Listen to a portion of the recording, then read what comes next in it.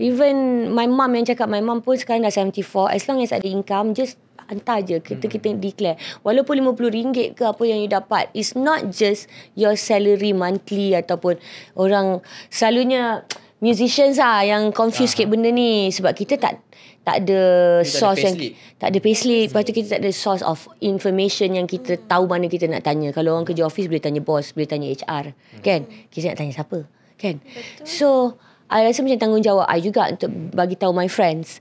So alhamdulillah Slepet semua on point.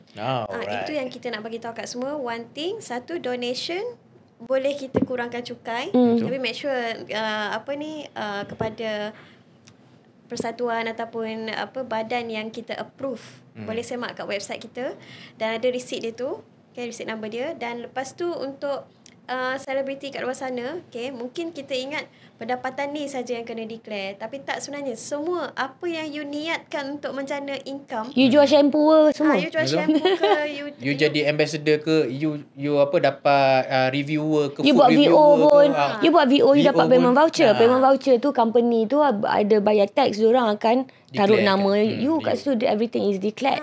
So nanti akan pusing kat you. So semua tu kena declare everything.